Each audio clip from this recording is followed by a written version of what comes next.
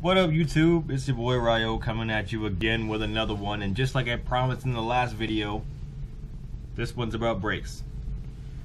Alright, so one thing a lot of guys, and okay, ladies too, one thing a lot of the people out there tend to overlook, especially when building their cars, is they want speed and they want it to look cool and sound good, and they want the interiors to say bright everywhere, and god damn if it's not awesome. Everybody wants that. I mean, hell, I want to be driving down the street, my car's looking right, sounding right, feeling good, but at the end of the day, if you want to go fast, you got to be able to stop fast.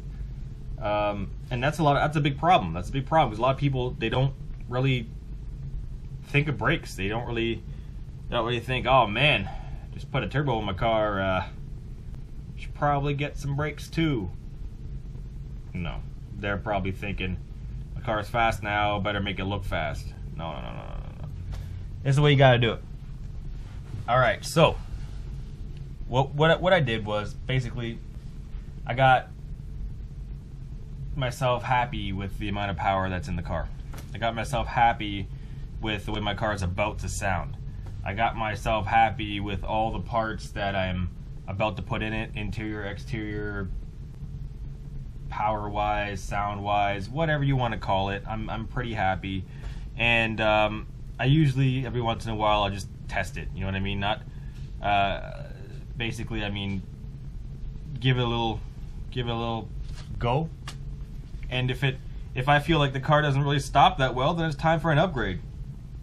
And yet last night somebody cut me off, and so I was driving along, and this truck pulls in front of me and cuts me off, and then he had to step on the brakes real hard because he's an idiot.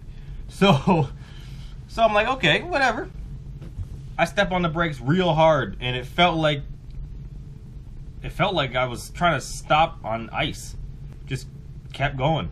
I'm going, damn, it's time to get some brakes. And I look at the pad life, and there's a lot of pad life left. And that doesn't mean that it's not time to change your brakes.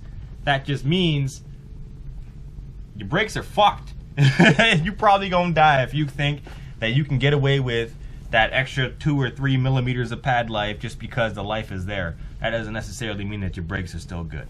Now, what happened with my brakes, and I'm going to show you using this rotor here, is over time applying it and you know, engaging, disengaging, especially for a lot of the people out there that don't service their brakes regularly. The rotor itself, the face of the rotor, will start to turn blue, and it will start to burn. Okay. You can say burn or haze or get fucked up, or whatever the hell you want to call it. But over time it'll burn, and eventually once you go to start stopping, it's gonna just feel like you're stopping on ice all the time, or you're rubbing 2 ice cubes on your rotor trying to get it to stop. No, it doesn't work like that. So let me show you. Oh, that's the other one.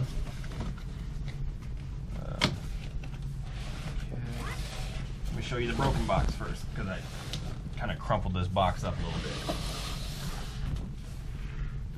Oh, Smoke Performance pen, best pen in the world. Okay, so basically, you're gonna get a brake rotor, and it's gonna come like this. All right.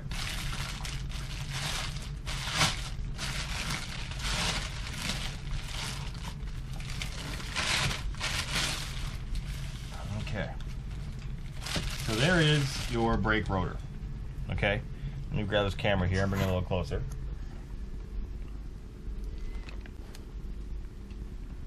Okay, so you're gonna notice that this one here has a direction. There we go. And then you're also gonna notice that it might have some holes here.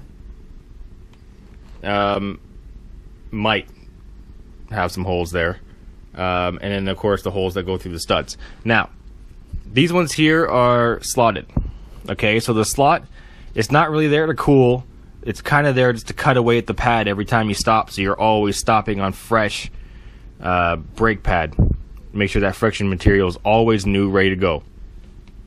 Now, you're going to notice that there's also black on the rotor.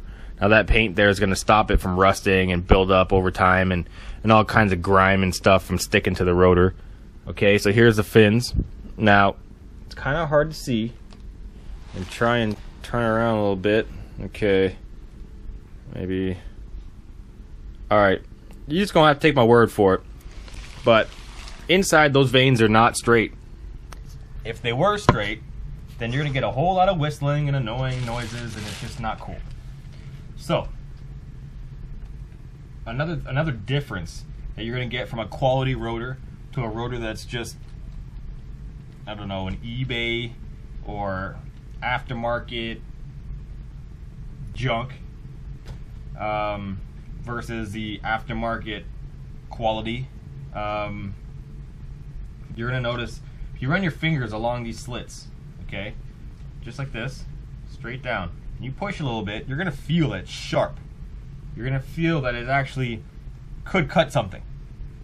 That's what cuts the pad. That's what actually gives you that fresh pad stopping all the time, all day, every day, every day. But what you need to know is that on the rotors that are not meant to be really giving you that performance, that real cutting ability, they're not that sharp. They're actually kind of rounded. Ooh. And these ones here aren't coated on the face. Okay, so that tells me right there that the pad is actually gonna touch all of this here surface. Okay, it's actually gonna touch this entire surface here. That's just the way the WRX is built. Okay, so this is actually the front left, or the left front rotor. This rotor here it's a little bit lighter than stock. It's a little bit, I noticed that it feels a little bit lighter. They say it's a little bit lighter. Personally, I couldn't give two shits as long as it doesn't warp and cost me a whole bunch of money because I already spent the shitload. On to the next. So that was the front. Now Stoptech gives you a directional, like a directional rotor. That's why it says left right on it. You're gonna see here, okay, it tells you how to install the rotor. It'll tell you that there are directional vanes or radial vanes or what kind of vanes are inside the rotor. Okay, so it'll pretty much give you a foolproof way of installing these to give you the best experience of your rotors. Do I suggest you do them yourself? Hell no. Because everybody thinks, oh, that's clean enough. Nope. Oh, that's enough grease. That's too much grease, you crazy ass. You know what I mean? Like, it's if you don't have the professional background to be doing brakes, and a lot of guys out there, especially guys that already do their brakes, and mechanics even, will be like, nah, man, everybody can do them. They're so easy. I do them all the time. My grandma got brakes put on her car the other day. She ran into a wall, but I mean, it had nothing to do with me. That's what they say. And you know what? It's bullshit. Because personally, I've seen some people do some brakes. I've seen people forget to put brake pads back in the fucking caliper after they installed it. I've seen some crazy shit. I ain't trying to see that no more, man. And you guys are watching the video, I'm gonna explain to you what the hell not to do. Okay. I have seen some shit now. Okay, so this is the rear. Now you're gonna notice the rear, the hat is huge. Okay, so it kind of looks like a top hat, a gentleman's top hat. This one says right on it. But again, sharp ass vanes, or sorry, sharp ass slots. There are no vanes in this one. Okay, it's a rear rotor. They don't really, the amount of heat that they get, nah. Okay, so now the hat is for the parking brake shoes. They're gonna sit in there, and you can see here, right here, thick as ass, ready to take some heat, abuse, track use. Shouty! Let's put them back in there. Okay, so I went with Stoptech all the way around for rotors. Okay, 4 rotors. Personally, I love Stoptech pads. I do. But do have quite a few friends that like to track, and I've heard some stories about, you know, what they used and what they liked and stuff like that. And personally, I went with Stoptech brake pads for the rear. Okay, so they'll come like this, elastic band around them, plastic wrapped. Bring it a little closer. Okay, plastic wrapped, and then they're gonna have those squealers on them. This is a squealer. Okay, try not to break those off. They do come in handy, but by the time that squealer touches the rotor, it's time to replace the rotor. So remember, stay on top of your brake pads. Stay on top of that shit.